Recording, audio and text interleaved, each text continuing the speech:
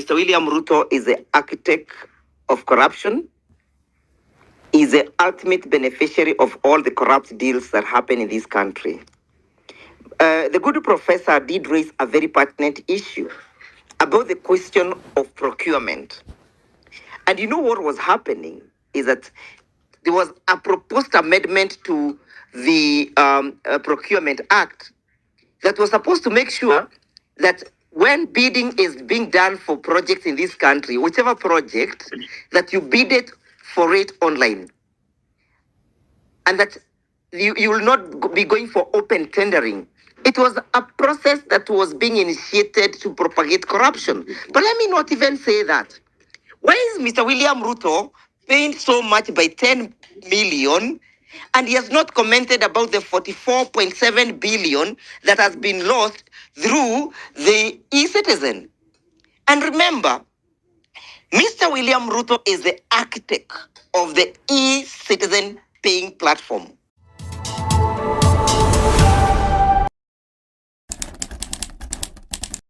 The issue of corruption again did arise on that day, but it arose as a result of anger, not driven by the desire to do that which is right, not driven by the desire to do that which is lawful, but driven by the desire to do that which will result into self-gain to Mr. William Ruto. The PG was not called to come and lecture parliamentarians on how corrupt they are. The intention of calling for PG was to whip them and rally them behind the sale of Kenya pipeline. It should not lose sight that the Parliamentary Committee on Energy has made some serious findings and found out that Kenya Pipeline is one of the most enterprising public entity. In their report, which I have on my hands, they made a very positive and objective finding that it makes approximately 10 billion, a profit of 10 billion, and made a finding that this is one of the public entities that ought to be protected. But in their conclusion, they make a disparaging conclusion, very embarrassing conclusion. They nevertheless recommend that the same be sold. That is the reason why William Ruto and Raila Odinga called for the PG. It was to rally them behind. Now, unfortunately, or rather, let me just say this, that the motion for the sale of Kenya Pipeline was to be tabled the following day on Tuesday. And I'm getting this from credible information from individuals who sit in the House Business Committee. So the whole of idea of corruption was not an agenda. The agenda was the sale of Kenya Pipeline. But let's now go, let's take this debate further. If Mr. William Ruto knows any person who is corrupt in Parliament, the best thing for him to do is to walk to the EACC or walk to the DCI and place a complaint, or even walk to the nearest police station and place a complaint. The law only bars a sitting president from prosecution, either criminal prosecution, or civil cases being brought against him when he's serving. But it doesn't bar him from recording a complaint. If it is true, he knows that there are members of Parliament who are corrupt. The best thing for him to do is to rise up and place a complaint against those members before a police station of his choice in the Republic of Kenya. In the absence of that, I'll associate myself with the submissions made by Professor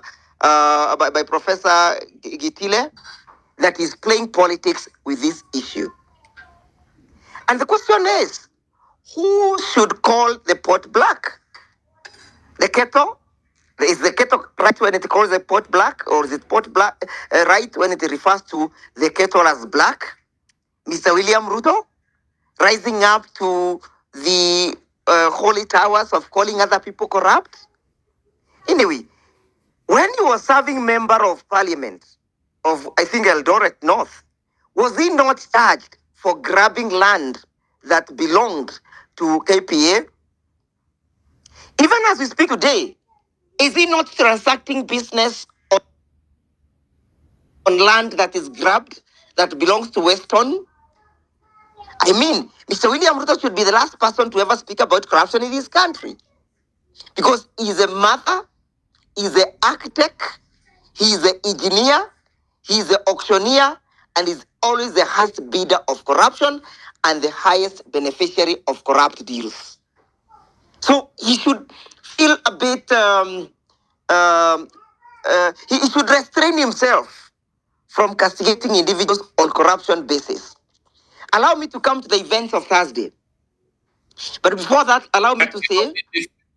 Before you go to Thursday, I think it's also important to just clear the air there that this contentious land that you're talking about was cleared by the courts, yeah, with the National Lands Commission.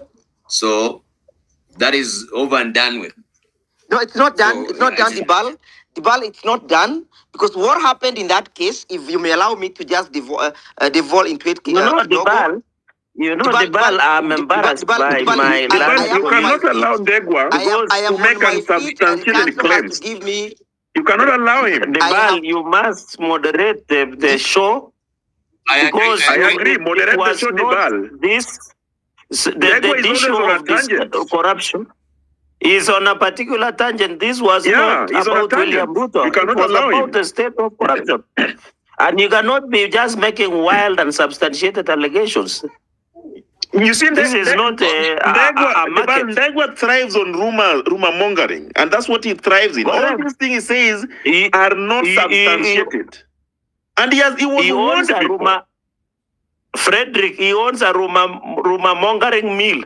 I know that for a fact. Yes. Okay, guys, let him out. Let him out now. Can he, on the issue of allegations that will face the president, those things were litigated in a court of law. It was hard and determined, and he's a lawyer. He knows that. Dibal, can I proceed? Why would you bring saying he's a beneficiary of corruption? You know, even having illicit wealth and corruption, the law provides for recovery of such property. So Ndegwa should tell us which cases that are in court that is alleging that the president is a beneficiary of corruption. He should lay bare, because we cannot be just making wild allegations. Dibal, can I proceed? Let him finish. So, if he cannot substantiate, let him not go that direction. Hang on now. Thank you, Senator. Wakili, if you have any in fact, any stitch of evidence, would be nice also for you to speak from a point of... Allow me just to tackle issue of Weston, because you have raised it. Briefly, what happened in the case of Weston is that a case was filed before the ELC court. Advocates were appointed, deliberately instructed with particular instructions, and I'll not mention them. Eventually, what happened is a consent was entered between Weston Hotel. You cannot, please.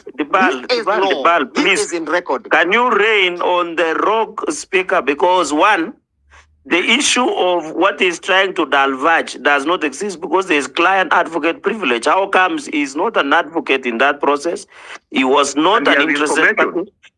No, the issue is not even about information. The issue is trying to adjudicate and hear and determine another case that is not, no one is aware about. So if he cannot substantiate, let it not reduce this conversation to be about the president. We are discussing about corruption across all sectors. Absolutely. So when he's, so he should not reduce, because as you have said, Frederick, this guy is he's out of order. And he's using this platform to advance our Munyoro agenda. We know that. We're not going to allow him to advance our Munyoro agenda on this platform. This is a distinguished platform, and allow us to debate the issues as placed on the table by the host. You know?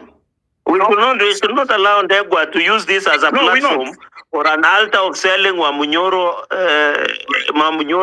sorry, I almost used an palatable Wamunyoro agenda. All right, thank you.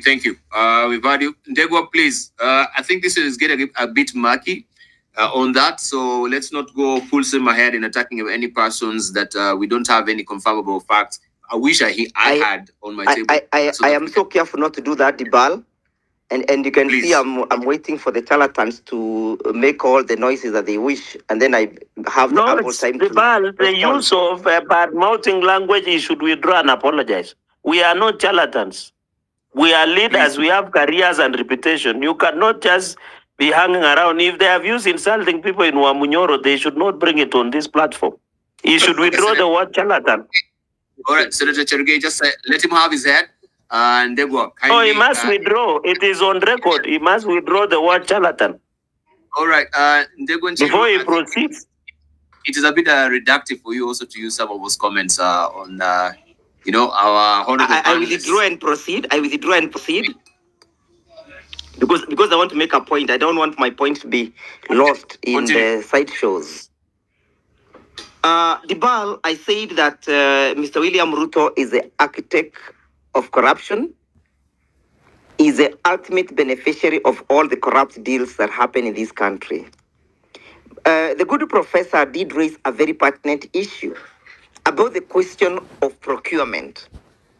And you know what was happening is that, and perhaps I may not handle that issue right now, but there was a proposed amendment to the Procurement Act that was supposed to make sure that when bidding is being done for projects in this country, whichever project, that you bid it for it online. And that you will not be going for open tendering. It was a process that was being initiated to propagate corruption. But let me not even say that. Why is Mr. William Ruto paying so much by 10 million and he has not commented about the 44.7 billion that has been lost through the e-citizen? And remember, Mr. William Ruto is the architect of the e-citizen paying platform. Why do I say so? I say so because he's the one who ruled, who directed that all government payments must be done on that particular platform. While it was a good idea to enhance accountability, we have ended up losing 44.7 billion. And he has not commented about it. He spent too much by the 10 million that he gave to a particular member of parliament, and that member of parliament failed to hand it over to the intended recipients. Can you imagine William Ruto addressing members of parliament, asking them, na hiyo pesa iliwafikia? So you wanted to confirm, as if kama ingekuwa imewafikia, it would not have been an issue. So Mr. William Ruto should be the last person to speak about corruption in this country.